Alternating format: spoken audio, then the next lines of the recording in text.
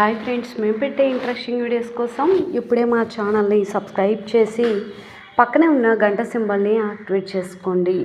అలా చేయటం వల్ల మేము పెట్టే ప్రతి ఒక్క వీడియో నోటిఫికేషన్ మీ వరకు ఈజీగా వచ్చేస్తుంది.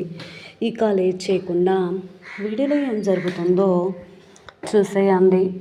ఇకపోతే ఆద్య స్పృహలోకి రావడం, సీను ఇక ఆద్యను పట్టుకొని చాలా బాధపడుతూ ఉంటాడు. ఆద్య, నువ్వు నన్ను వదిలిపెట్టి ఎక్కడికి వెళ్ళవని నాకు తెలుసు, కానీ నువ్వు ఇక తిరిగి రాని లోకాలకు వెళ్ళిపోయావని తెలిసి నేను చాలా కంగారు పడిపోయాను ఆద్య. నా ప్రాణాలు పోయినంత పని అయింది అని చెప్పి సీను బాధపడుతూ ఉంటాడు. అసలు జరిగిన విషయం తెలుసుకున్న జానకి ఆద్యను అడుగుతూ ఉంటుంది. అసలు ఆ రోజు ఏం జరిగిందమ్మా, మంటల్లో ఎలా పడిపోయావు అని అడుగుతూ ఉంటే, పెద్దమ్మ, నేను మంటల్లో పడిపోలేదు, నన్ను మంటల్లో ఎవరో నెట్టేశారు అన్న నిజాన్ని ఆద్య బయట పెట్టడంతో ఇక జానకి చారు మీదే అనుమానం వస్తుంది. ఎందుకు అంటే ఆద్యను మంటల్లో నెట్టి తన ప్రాణాలు తీయాల్సిన అవసరం చారుకి తప్ప ఎవరికీ ఉండదు. ఎందుకు అంటే తన భర్త అయిన సీను ఆద్య వెంట తిరుగుతున్నాడని, ఆద్యను ఎలాగైనా సీనుకి దూరం చేయాలన్న ఆలోచనతో ఇదంతా చేసి ఉంటుందని మరి జానకి నిజంగా కనుక్కొని మరి చారుని ఆద్య ప్రాణాలను తీయాలనుకున్నదని తెలుసుకున్న జానకి చారును నిలదీసి గట్టిగా అడగడంతో మరి చారు నిజం చెప్తుందా, నిజంగా ఏం జరుగుతుంది తెలుసుకోవాలి అంటే ఈ వీడియో చివరి వరకు చూడండి ఫ్రెండ్స్. నచ్చితే ఒక లైక్ చేయటం మర్చిపోకండి. ఇక లేట్ చేయకుండా వీడియోలో ఏం జరుగుతుందో చూసేయండి. ఇకపోతే ఆద్య దగ్గర చారు నించొని ఈ విధంగా అంటూ ఉంటుంది. ఏంటి, నన్ను బావని దూరం చేయడానికి నువ్వు సిద్ధపడతావు కదా, నాకు బాగా తెలుసు. నువ్వు ఎప్పుడు నన్ను సీను బావని దూరం చేయాలని చూస్తున్నావు. మా ఇద్దరి జీవితాల నుంచి నువ్వు ఎలా వెళ్ళిపోవో నేను చూస్తానే. ఇప్పుడు నీ ప్రాణాలు నా చేతిలో ఉన్నాయి. సీను బావ నాకు దగ్గర అయ్యే సమయం దగ్గర పడింది అని చెప్పి వెంటనే చేతుకున్న వైర్ అన్నీ కూడా తీసేసి అక్కడున్న ఆక్సిజన్ లెవెల్స్ అన్నీ కూడా పడిపోయేలా చేసి చారు అక్కడి నుంచి వెళ్ళిపోతుంది. ఇక ఆద్య ప్రాణానికి ప్రమాదం అని చెప్పినప్పటి నుంచి రామలక్ష్మి ఆద్య గురించి ఆలోచిస్తూ ఉంటుంది. ఆద్య ఆద్య అని చెప్పి ఆద్యతో ఉన్న జ్ఞాపకాలన్నీ కూడా గుర్తు చేసుకుంటూ ఉంటుంది. వెంటనే ఆద్యని చూద్దామని అక్కడికి వచ్చి చూసేలోపు ఆద్యకి ఊపిరాడక గిలగిల కొట్టుకుంటూ ఉంటుంది. అది గమనించిన రామలక్ష్మి, అమ్మ ఆద్య ఆద్య అని చెప్పి గదిలోనికి పరిగెత్తుకుంటూ వెళ్ళడంతో జానకి, రఘురామ్ అలాగే సీను అందరు కూడా లోపలికి వెళ్ళిపోతారు. వెంటనే ఆద్య ఆద్య అని చెప్పి అంటూ ఉంటే జానకి కూడా, అమ్మ ఆద్య కళ్ళు తెరువు ఏమైంది ఆద్య అని ఏడుస్తూ ఉంటారు. అప్పుడు వెంటనే డాక్టర్ డాక్టర్ అని పిలవగానే డాక్టర్ వచ్చి ఇక ఆద్యను చెక్ చేయడంతో ఆద్య ఇక ప్రాణాలతో లేదని, ఈ లోకాన్ని విడిచిపెట్టి వెళ్ళిందని చెప్పడంతో ఒక్కసారిగా అందరూ కూడా షాక్ అయిపోతారు. సుందరమ్మ, అమ్మ ఆద్య ఆద్య అని చెప్పి గట్టిగా కేకలు వేస్తూ ఏడుస్తూ ఉంటుంది. రామలక్ష్మి జానకి ఏం మాట్లాడకుండా అలానే నించుండిపోతారు. రఘురామ్ కూడా ఏడుస్తూ ఉంటారు. అండి ఆద్య, ఏమండి ఆద్య అని చెప్పి జానకి అంటూ ఉంటుంది. ఇక అందరు కూడా అక్కడి నుంచి వెళ్ళిపోగానే ఆద్య కళ్ళు తెరువు, ఆద్య ఆద్య కళ్ళు తెరువు అని చెప్పేసి సీను ఆద్య చేతులు పట్టుకొని బ్రతిమాడుతూ ఉంటాడు. అయినా కూడా ఆద్య స్పృహలోకి రాదు. అలానే ఏడుస్తూ ఉంటాడు సీను.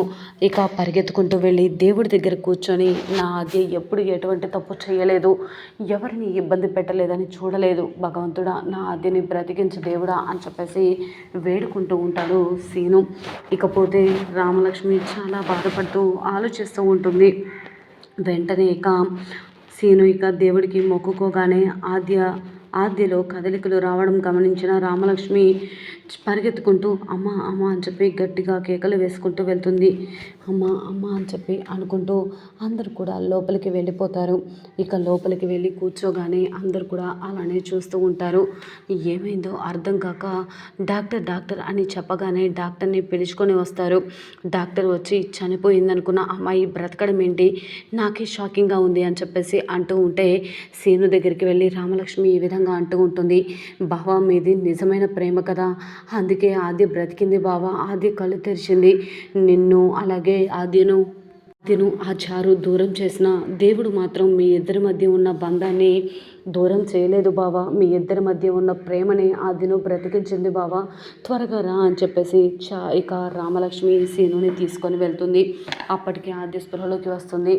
ఆద్యని పట్టుకొని సీను ఆద్య ఆద్య అని చెప్పేసి ఆద్య చేతిలో పట్టుకొని బాగా ఏడుస్తూ ఉంటాడు. ఇకపోతే ప్రశాంతిక ప్రభాస్ దగ్గరికి వెళ్ళాలనుకుంటాడు. ప్రభాస్ అప్పటికే ఆ రోజు రామలక్ష్మిని పాడు చేయాలనుకున్న ప్రశాంత్ వీడియోని తీసి దగ్గర పెట్టుకుంటాడు. ఎందుకు అంటే ఏది ఏమైనా సరే ఒకవేళ వీడు అడ్డు తిరిగితే ఖచ్చితంగా ఆ వీడియోని అందరి ముందు చూపించవచ్చని ప్లాన్ చేస్తాడు. అనుకున్నట్లుగానే వీడియో చూస్తూ ఉంటే వాళ్ళ ఫ్రెండ్ ఈ విధంగా అంటూ ఉంటాడు, ఏంట్రా ఈ వీడియో ఏంటి, ఇదెప్పుడు తీసావు అనగానే మనకి కొంచెం ఉపయోగపడుతుందని ఈ వీడియో తీశానురా అని చెప్పి ఈ విధంగా అంటూ ఉంటే అప్పుడే ఇక ప్రశాంత్ వస్తాడు. ప్రశాంత్ వచ్చి ఈ విధంగా అంటూ ఉంటాడు, ఏంటిది, ఏమైంది, ఎవరిది ఈ వీడియో, ఎందుకు తీసావు అని అడుగుతూ ఉంటే ఈ విధంగా అంటూ ఉంటాడు ప్రభాస్, ప్రశాంత్ నేను ఈ వీడియోని కావాలనే తీశాను. ఎందుకు అంటే ఆ రఘురామ్ మీద కక్ష తీర్చుకోవడానికి. ఈ వీడియో ఇంటర్నెట్లో పెడితే ఖచ్చితంగా అని చెప్పి అంటూ ఉంటే ఈ వీడియో ఇంటర్నెట్లో పెడితే ఈ వీడియోలో నేను కూడా ఉన్నాను కదా అని అంటూ ఉంటే నీ ఫోటోని ఎడిటింగ్ చేసి మరీ పెడతాను అనగానే అయితే రామలక్ష్మి పరువు పోతుంది కదా అనగానే రామలక్ష్మి పరువు పోతేనే కదా నీ పెళ్లి జరిగేది అని చెప్పి అంటూ ఉంటే సరే అని చెప్పేసి ప్రశాంత్ అంటూ ఉంటాడు. ఏది ఏమైనా నేను రఘురామ్ మీద కక్ష తీర్చుకోవడానికి నువ్వు నాకు సాయం చేయాలి. నీ పెళ్ళి రామలక్ష్మి పెళ్ళి జరగడానికి ఇదొక మంచి అవకాశం అని చెప్పి ప్రభాస్ అనగానే సరే ఏది ఏమైనా సరే నాకు రామలక్ష్మికి మాత్రం పెళ్ళి జరగాలి, నాకు కావాల్సింది అదే అని చెప్పేసి ప్రశాంత్ అంటూ ఉంటాడు ప్రభాస్తో. సరే అని చెప్పి అనగానే అక్కడి నుంచి వెళ్ళిపోగానే ఈ వీడియోని ఎడిట్ చేసే ముందు ఒకసారి ఒరిజినల్ కాపీ కూడా తీసుకో అని చెప్పేసి ప్రభాస్ తన ఫ్రెండ్తో అనడంతో అదేంట్రా ఎందుకు అనగానే ఎందుకు అంటే వీడిప్పుడు నా మీదే చేసుకోబోయాడు, అందుకే ఎప్పుడో ఒకప్పుడు వీడియో అడ్డు తొలగించుకోవాలంటే ఖచ్చితంగా వీడియో మనకి ఉండాలి అని చెప్పి అనగానే సరే అని చెప్పేసి ఒరిజినల్ కాపీ కూడా ఒకటి తన దగ్గర తీసుకుంటారు. ఇక ఆ ప్లేస్లో సౌరిని అంతా కూడా రామలక్ష్మిని అంతా కూడా ఎడిట్ చేస్తూ ఇంటర్నెట్లో పెట్టి ఎలాగైనా రఘురామ్ పరువు తీయాలనుకొని ప్రభాస్ కంకణం కట్టుకుంటాడు. ఇకపోతే చారు ఇంటికి వచ్చిన తర్వాత అటు ఇటు తిరుగుతూ ఉంటుంది. ఈ పాటకి అక్కడ ఆద్య చచ్చిపోయి ఉంటుంది. హాస్పిటల్లో అందరూ కూడా గగ్గోలుగా కేకలు మొదలుపెట్టి ఉంటారు అని సంబరపడిపోతూ ఉంటే పద్మ అలాగే పార్వతి వచ్చి ఏంటి చారు ఎక్కడికి వెళ్ళావు అని అడుగుతూ ఉంటే ఎక్కడికి వెళ్ళలేదే, మా అమ్మ వాళ్ళ ఇంటికి వెళ్ళాను, వెళ్ళకూడదా ఏంటి అనగానే అదేం లేదే, ఇందాక నుంచి కనిపించలేదు కదా, ఎక్కడికి వెళ్ళావని అడుగుతున్నాం అంతే అనగానే అవునా సరే అని చెప్పేసి ఈ విధంగా అంటూ ఉండగా వెంటనే ఇలా అంటూ ఉంటారు, ఏది ఏమైనా సరే నువ్వు మాత్రం గ్రేట్ అని చెప్పి అనగానే నేను గ్రేట్ ఏంటి అనగానే ఏమో నేను చూస్తుంటే ఒక్కోసారి మాకు అలా అనిపిస్తుంది అని చెప్పేసి పద్మ పార్వతి అంటూ ఉంటారు. చారు కంగారు పడిపోతూ ఉంటుంది. మరి స్పృహలోకి వచ్చిన ఆద్య చారుని తనని మంటలోకి నెట్టిందన్న విషయాన్ని చెప్పడంతో మరి జానకి చారుని నిలదీసి అడగగలుగుతుందా, మరి నేనే తప్పు చేశానన్న చారు ఒప్పుకుంటుందా, ఏం జరుగుతుంది?